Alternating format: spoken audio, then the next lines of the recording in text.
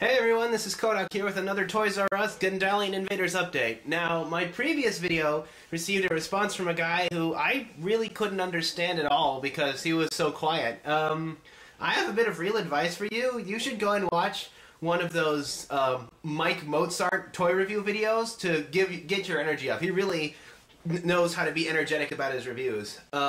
Anyway, today I again went to Toys R Us. It's a beautiful day outside, and this time not only did I find something interesting, but I found it at 25% off. So you guys might want to see if you have this at your local Toys R Us. Okay, the Aquos tin. The Aquos Baku tin here contains a 680 Aquos Strike Flyer and the Battle Turbine Battle Gear. Yes, I went and looked it up this time.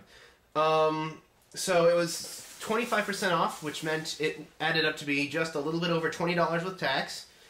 And, well, let's get this one open too.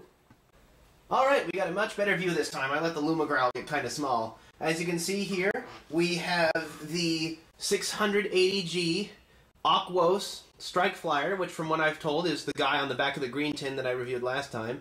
And on top, we have the 70G Bronze Battle Turbine, which has an effect here that actually affects Subterra and Chaos. Chaos, finally Chaos. Ooh, do I love Chaos, if there's one thing you know. So now this tin contains some blue ability cards and some gold gate cards. Now, the blue ability cards, it's a lot easier to tell that they're blue because rather than kind of a weird blackish violet color, they are straight up blue, undeniably blue. So that will help a lot. My issues, however, are that the numbers over here are really small and the titles are even smaller. If you look at an original card, you see the title is nice and big and the discs were much bigger. Now, this is more evident in the gate cards. You can see here, the titles on the original gate cards are just huge and nice and easy to read even from a distance. Same with the attribute bonuses. Here, not only the attribute bonus is smaller, but the title is just minuscule compared to the original. And that's a little something I have a bit of an issue with because I liked how nice and readable the card titles were. But I guess we'll just have to see, especially since they did it. Look at that weird font that they chose there. It's all squished together and hard to read. That's just going to drive me nuts. Anyway, another thing I didn't go over were these numbers in the back here. And I think I have another one with a different number. Yeah, these numbers in the top corner here. These are apparently have to refer to the new power level, which is going to be introduced later. I sure hope it's not something stupid. I sure hope it's something simple like turn order. Like Kohrdom's card is basically Great Mountain Breaker without having to discard it remove it from the game at the end of the turn. So if it was that you could only play this ability at turn 4 or later, if we understand power level correctly, then I think that would be a fair card. Same with these. They give plus 200 bonuses, but they can only be played after turn 2, so you can't be some kind of extreme aggressor, hence why it's called Late Sunrise.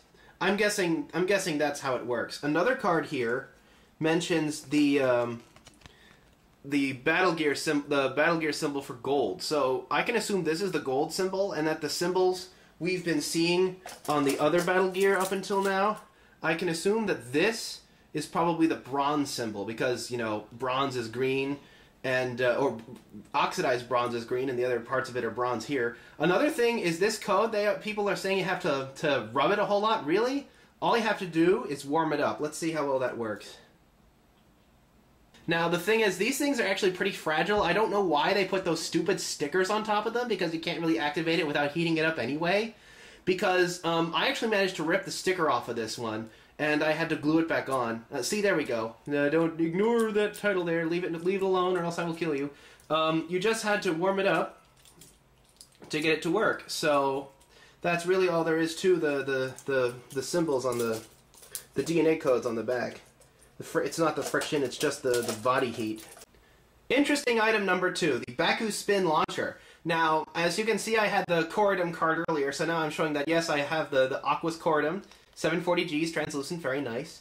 I don't really like how Aquos is turned to red, though, but oh well, we'll figure out more about that. Now, the Baku Spin Launcher, it's plastic, like Bakugan Sensei in one of his videos said, and if you can close it up, use it as a little keychain and carry your Bakugan around with you. It's like a little penalty box. Maybe you can also use it for imprisoned Bakugan if you use the cards that do that.